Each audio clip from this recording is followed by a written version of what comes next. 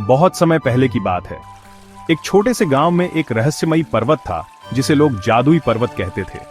यह पर्वत घने जंगलों और ऊंची चट्टानों से घिरा था। कहा जाता था कि जो भी इस पर्वत की चोटी तक पहुंचता, उसकी एक इच्छा पूरी हो जाती थी। लेकिन पर्वत तक जाने वाला रास्ता बहुत कठिन और खतरों से भरा था। बहुत से लोगों ने वहां जाने की कोशिश की, पर वे कभी लौटकर नहीं आए। इसलिए गांव के लोग डर के मारे वहां जाने की हिम्मत नहीं करते थे। गांव में आदित्य नाम का एक होशियार और साहसी युवक रहता था। वह हमेशा से इस पर्वत के रहस्य को जानने के लिए उत्सुक था। बचपन से ही उसने इस पर्वत के बारे में अनगिनत कहानियां सुनी थीं और अब वह खुद वहां जाने की ठान चुका था।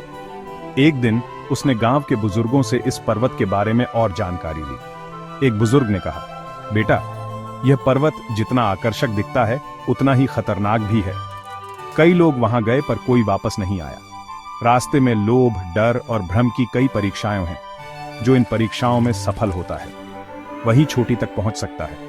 आदित्य ने ठान लिया कि वह इन चुनौतियों से नहीं डरेगा और पर्वत की चोटी तक पहुंचेगा। उसने कुछ जरूरी सामान लिया और अपने सफर पर निकल पड़ा। जंगल में चलते चलते आदित्य को एक विशाल सोने का दरवाजा दिखाई दिया। दरवाजे पर लिखा था, जो भी इस द्वार को पार करेगा उसे असीमित धन मिलेगा, लेकिन वह आगे नहीं जा सकेगा। आदित्य कुछ देर सोच में पड़ गया। उसे याद आया कि उसके गांव के लोग गरीबी में जी रहे हैं। अगर वह यह सोना ले जाए तो पूरा गांव अमीर हो सकता है। लेकिन तभी उसे बुजुर्ग की बात याद आई कि यह परीक्षा है।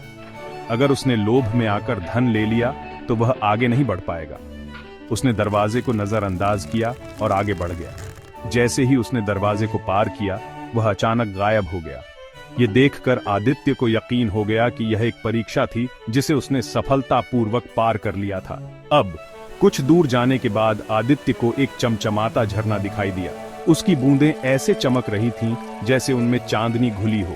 झरने के पास एक पत्थर पर लिखा था, अगर तुम यह पानी पी लोगे तो अमर हो जाओगे, लेकिन इसके बाद तुम आगे नहीं बढ़ सकोगे। आदित्य कुछ देर तक सोचता रहा। अमरता का मतलब था कि वह कभी नहीं मरेगा। यह तो एक अनमोल तोहफा था।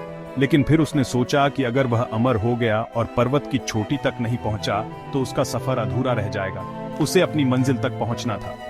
आदित्य ने झरने का पानी नहीं पिया और आगे बढ़ गया।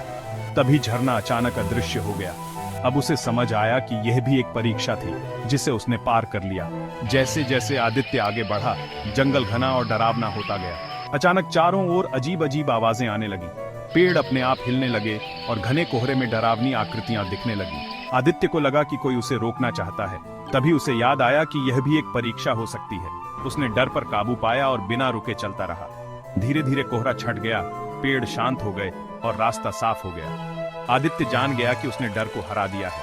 कई कठिनाइयों को पार करते हुए आदित्य आखिरकार जादुई पर्वत की चोटी पर पहुंच गया। वहां एक चमकता हुआ पत्थर था। जैसे ही उसने पत्थर को छुआ, एक गूंजती हुई आवाज आई, आदित्य, तुमने लालच, अमृता और डर की परीक्षा को सफलतापूर्वक पार कर लिया है। अब बताओ, तुम्हारी एक इच्छा क्या है?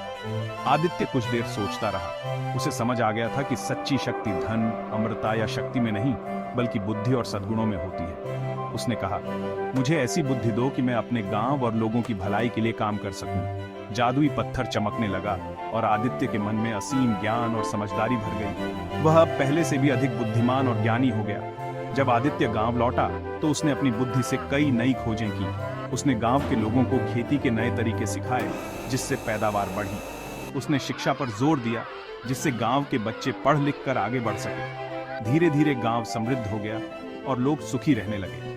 अब गांव के लोग जानते थे कि सच्ची सफलता लालच, शॉर्टकट और डर से नहीं, बल्कि धैर्य, मेहनत और सच्चे इरादों से मिलती है। तो याद रखिए, लालच से बचिए, अपनी मंजिल पर ध्यान दीजिए और डर को हराकर ही सच्ची सफलता प्राप्त होती है। इस तरह आदित्य ने न केवल जादुई पर्वत का रहस्य सुलझाया, बल्कि अपने गांव को भी खुशहाल बना दिया।